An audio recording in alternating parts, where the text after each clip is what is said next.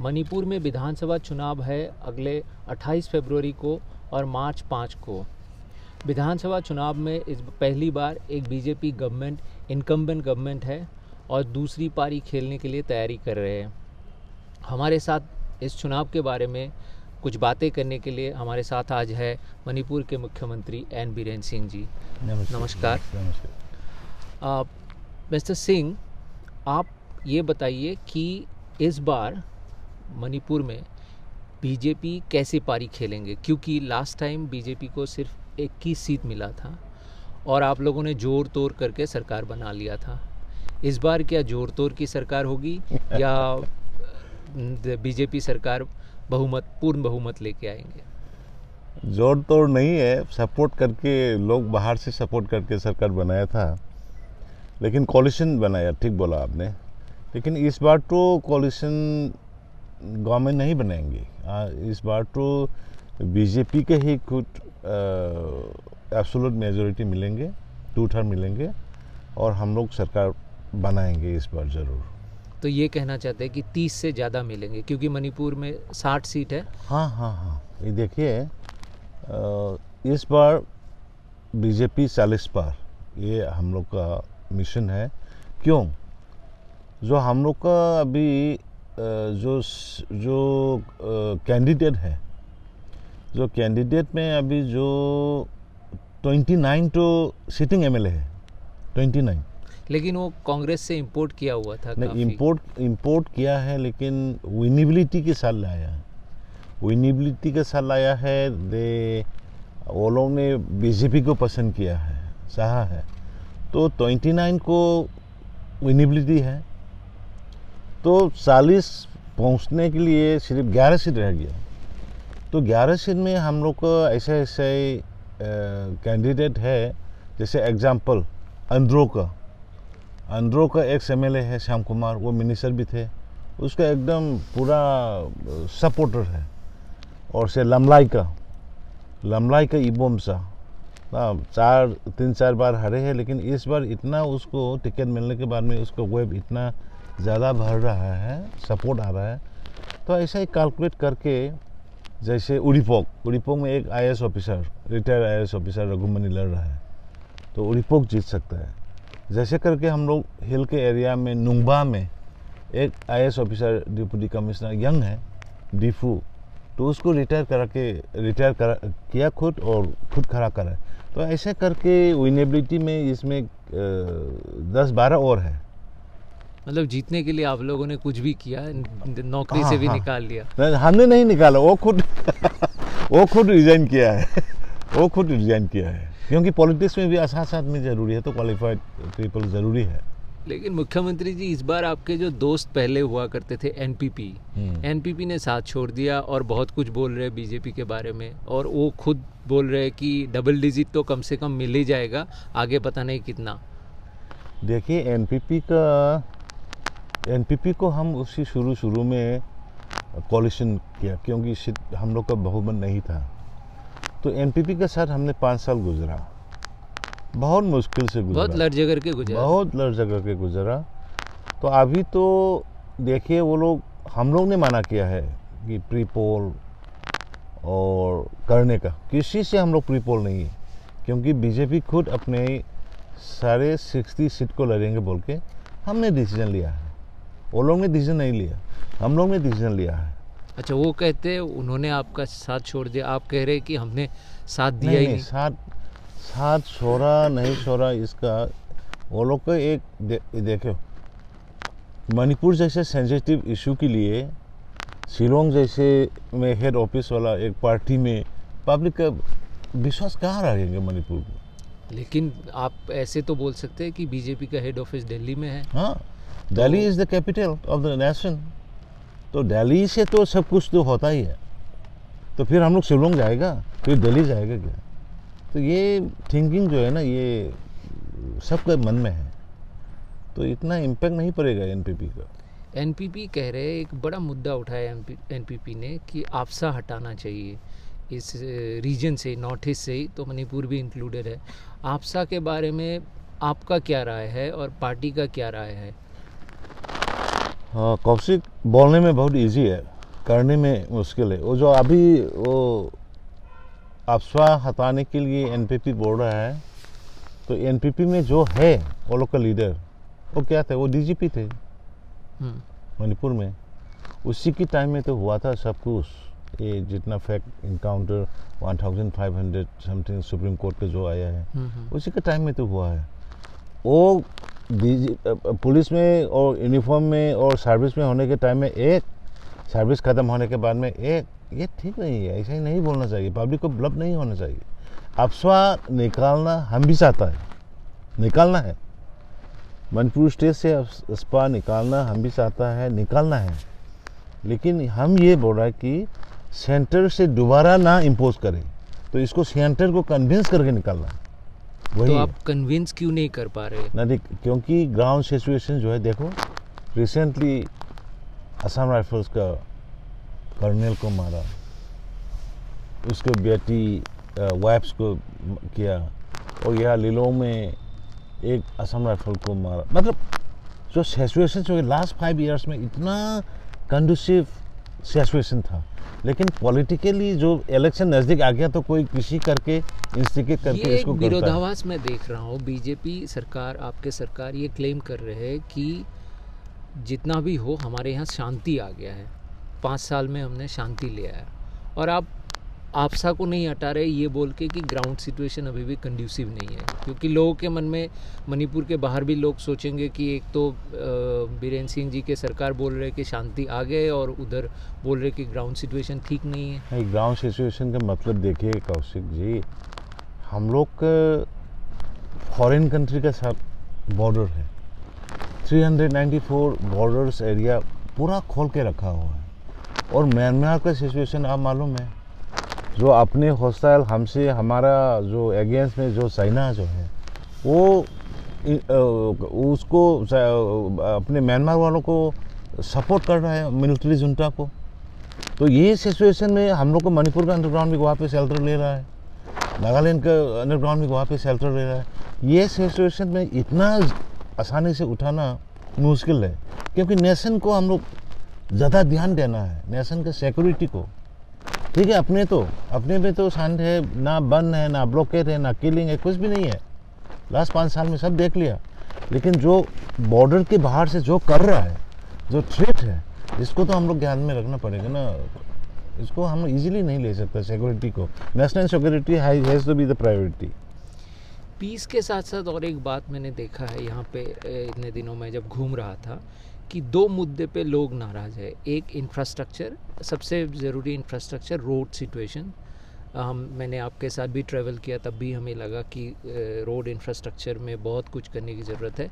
और दूसरा जॉब्स, बहुत सारे वैकेंसीज़ है। तो युवाओं में इन्हीं 2 चीज़ों को लेके थोड़ा मैंने गुस्सा भी देखा और थोड़ा डेस्परेशन भी देखा। आपके सरकार ने क्या किया, और इन दोनों मुद्दों पे क्यों उतना प्रोग्रेस नहीं दिखा पाए? देखिए, जॉब का ये बहुत ज़रूरी है। हम लोग ने भी जितना वैकेंसी वगैरह का है उसको रिक्रूटमेंट किया हुआ है, इंटरव्यू किया हुआ है, उसका इवन इंटरव्यू फाइनल स्टेज में है सब। तो कोविड पैंडमिक आया तो हम लोग इंटरव्यू को इतना स्पीड में जो करना है उसको नहीं कर सके, और रिजल्ट आउट करने की कोशिश किया तो इलेक्शन कोड ऑफ कंडक्ट आ गया, थोड़ा प्रोसेस खराब रह गया, तो ऐसे पेंडिंग रह गया। तो रिक्रूटमेंट का जितना वैकेंसी का प्रोसेस जो है अभी फाइनल ही करके रखा है। तो इसको सिर्फ जो अपने का फिर गवर्नमेंट आएगा तो इतना फास्ट महीने में ही रिजल्ट डिक्लेयर करेंगे। और उसके साथ साथ जॉब को हमने देखिए, जो गवर्नमेंट जॉब में वो लिया है, रिजल्ट आउट नहीं किया, वो अलग बात है, लेकिन निकलेगा तो ज़रूर।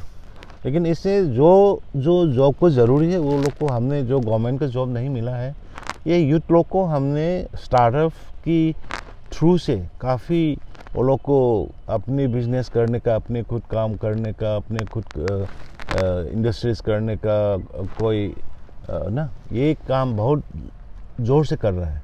अराउंड रिसेंटली हम 4500 का माफ़ी यूथ्स लोग को सपोर्ट दिया है स्टार्टअप में और स्टैंड अप में और बिजनेस सपोर्ट में। और एक चीज़ अलग से वो MSME है, माइक्रो स्मॉल मीडियम और ये इंटरप्रेन्योरशिप जो है, उसमें हमने काफ़ी अब इस लास्ट 5 साल में 1 लाख का माफ़ी एम्प्लॉय किया है। तो honourable prime minister Modi ji ने भी रिसेंटली ट्वीट किया था, आप देखा होगा। तो we are doing our best and we are trying to do, कर रहा है। बीजेपी में मैंने एक और मुद्दा देखा है कि चीफ मिनिस्टर कौन बनेंगे, क्योंकि कुछ महीने पहले मैंने अमित शाह जी को सुना, नड्डा जी को सुना, ये कहा कि वीरेंद्र सिंह जी के नेतृत्व में सरकार बनेंगे।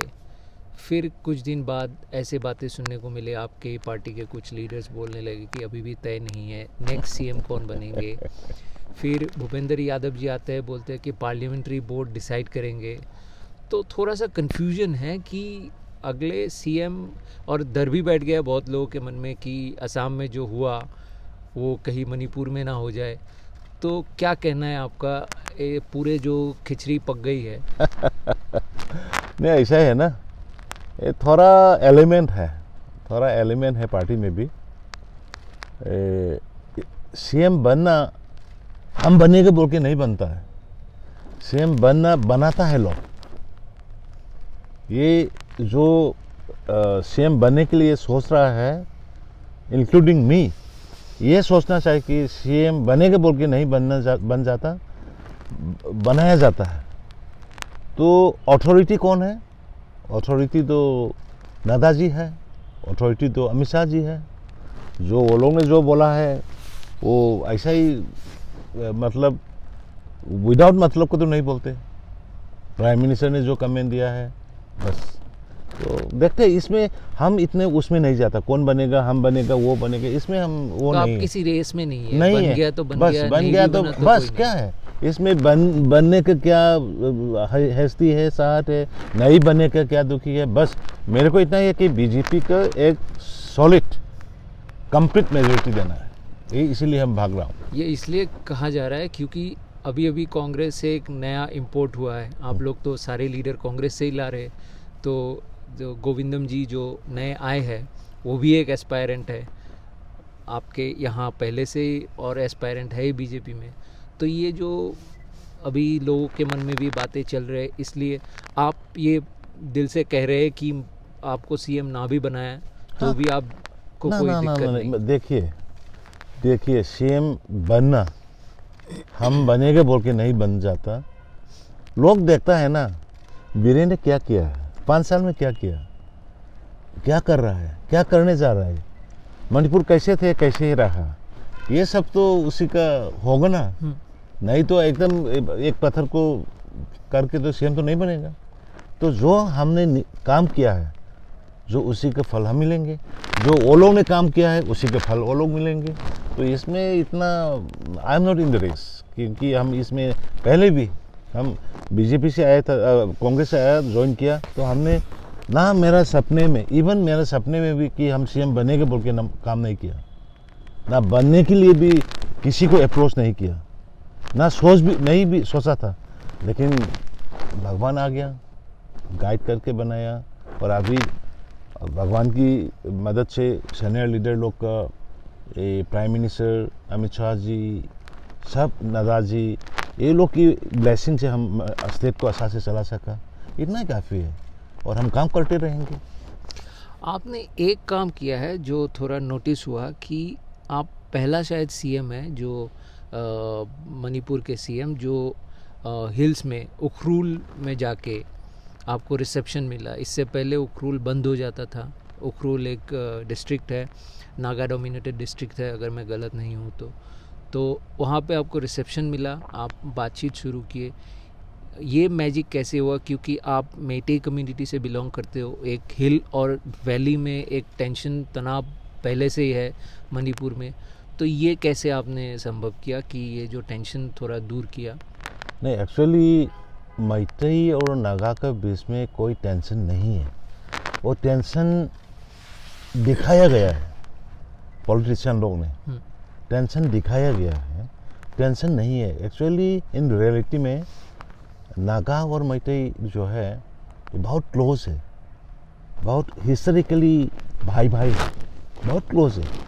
तो सब जानता है, लेकिन सम पॉलिटिशियन लोग ने इसको डिवाइड कर करके पॉलिटिकल गेन के लिए लाया, उसी वजह से हुआ। तो जब हम सीएम बना तो हम इमीडिएटली शेयरिंग इन गवर्नर के हाउस से, भवन से निकले तो पब्लिक मीटिंग थे। पब्लिक मीटिंग में हमने स्लोगन किया कि अपने, वो भी स्पॉन्टेनियस आए, पता नहीं कैसे आ गया, तो मेरा मन में तो थे कि हिल वैली को क्या कैसे करना है। तो हमने बोल दिया कि let us go to hills. पहले फर्स्ट स्लोगन वही था पब्लिक मीटिंग में, immediately after coming out from the governor house. तो उसी में लोग बोलने लगे, अरे बीरे ने क्या बोला। तो उसके बाद में आई स्टार्टेड, आई नो कि लोग हमको प्यार है, नागा लोग, क्योंकि हमने देखो मेरा कैरियर जो है as a sportsman, as a journalist, मतलब हम इधर उधर जाके कोई डाउन टोडर वाला को सपोर्ट करना, ह्यूमन राइट वायोलेशन के लिए जो किया है उसको मदद करना, इधर उधर जाके जो एक्सपोज करना, ये करना मेरा काम था। तो लोग मेरे को प्यार करता है, हम मालूम है। तो हम गया तो really it was surprise for me also. Surprise माने इतना क्राउड हमने एक्सपेक्ट नहीं किया था। टांगखुल नगालोंग ग्राउंड में इतना क्राउड हमने एक्सपेक्ट नहीं किया था। तो हम पहुंचने के बाद में मेरे को अरे माय गॉड। तो ये पब्लिक का ये था कि बहुत दिनों से बिसरा हुआ दोस्त मिला, रिलेशनशिप रिगेन हो गया करके ना, ऐसा ही फील किया हमको। तो हमने ये देखिए, ये चीज़ जो है, ये ट्रस्ट बहुत ज़रूरी है। ये जोड़ना और फिर इसको रिटेन करना, इसमें ट्रस्ट का बहुत ज़रूरी है। इसीलिए हमने जो उखरुल में बोला, जो चांदेल में बोला, जो तमेंगलोंग में बोला, जो सेनापति में बोला, हम निभाता है। जो हम कुछ करेगा बोलेगा करके देता है। तो इसीलिए हम और टाइड अप हो रहा है। अभी आपने एक बात कहा कि आप जोड़ते हो, लेकिन एक कंप्लेन आपके ख़िलाफ़ ये है कि आप लोगों को बंद भी करते हो। आप जर्नलिस्ट थे पहले, और आप जर्नलिस्टों के खिलाफ NSA लगाते हो। पूरे भारत में आपको सिद्धि मिली है इस बात की कि यहाँ पे जर्नलिस्ट आपके क्रिटिसाइज़ करते हैं तो आप सीधा NSA लगा देते हो। ये कैसा रूप है? मतलब आपने जैसे प्रोफेशन चेंज किया, आप अपने ही कलीग को बंद कर रहे हो। हम भी तो जेल में थे। आप भी थे? हाँ, हम भी कुछ लिखा तो सीरीसेस लगा के मेरे को जेल में थे। तो आप उसी बात का बदला निकाल? नहीं, हम उसको लड़के आया, जिता के आया, सीरीसेस नहीं था। लेकिन हमने अभी इस बार कोई जर्नलिस्ट को नहीं पकड़ा है। वो डुप्लीकेट जर्नलिस्ट लोग हैं। आप देखिए ना, कितना 400-500 जर्नलिस्ट है, एडिटर है, सुबह से शाम तक बोल रहा है, क्रिटिसिज्म कर रहा है, गवर्नमेंट को ये बोल रहा है, वो बोल रहा है, कोई नहीं पकड़ते। जो हमने पकड़ा है वो आउट ऑफ कंट्रोल। हम भी जर्नलिस्ट थे, इसका हम लोग की इंटीग्रिटी होना चाहिए। हम लोग जो खाना पीना है, फिर छुट्टी का दिन में, और वो भी काम खत्म होने के बाद में, कल छुट्टी है तो हम लोग आज कुछ, मतलब छुट्टी के दिन पे दारू पिया, मतलब कुछ करना है तो ऐसे लोग, मतलब वो रजिस्टर्ड जर्नलिस्ट भी नहीं थे। He was not recognized by the अमजूक all multi working journalist community also. तो ऐसे एक दो फालतू का बात है। रियल जर्नलिस्ट को आज तक नहीं पकड़ा है, और पकड़ेंगे भी नहीं, पकड़ने का रास्ता भी नहीं है। जो फालतू लोग जो है उसको तो थोड़ा दंडा तो देना है, क्योंकि सस्ता रास्ता में डालने के लिए। तो मेरा आखिरी सवाल बीरेन्द्र सिंह जी से ये है कि आपने कई सारे प्रोफेशन चेंज किए। आप फुटबॉलर रह चुके हैं, काफ़ी सक्सेसफुल, आप जर्नलिस्ट भी सक्सेसफुल थे, फिर पॉलिटिक्स में आए।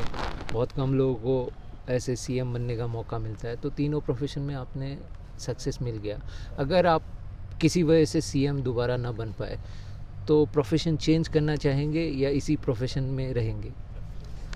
देखिए, हम पब्लिक का, मेरा मकसद है कि स्टेट को पीस रखना, और जो स्टेट में काफ़ी बिलो प्रॉपर्टी लाइन का आदमी है, जैसे घर नहीं है, घर है लेकिन छत नहीं है, और कोई रिसोर्स नहीं है, कोई घर का कोई इनकम नहीं है, कोई कोई पढ़ाई छोड़ के रहता है, तो ऐसे ऐसे आदमी काफ़ी है।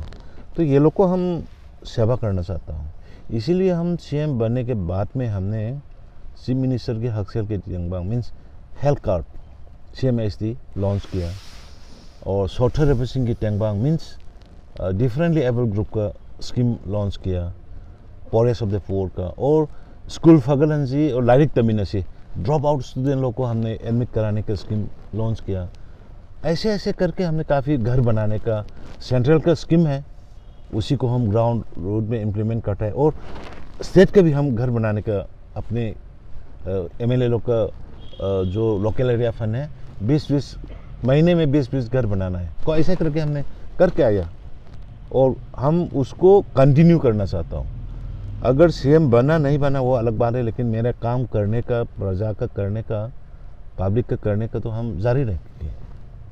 चीफ मिनिस्टर बीरेन सिंह जी, आपने इंडिया टुडे को टाइम दिया इस खास बातचीत में, धन्यवाद। बहुत बहुत शुक्रिया।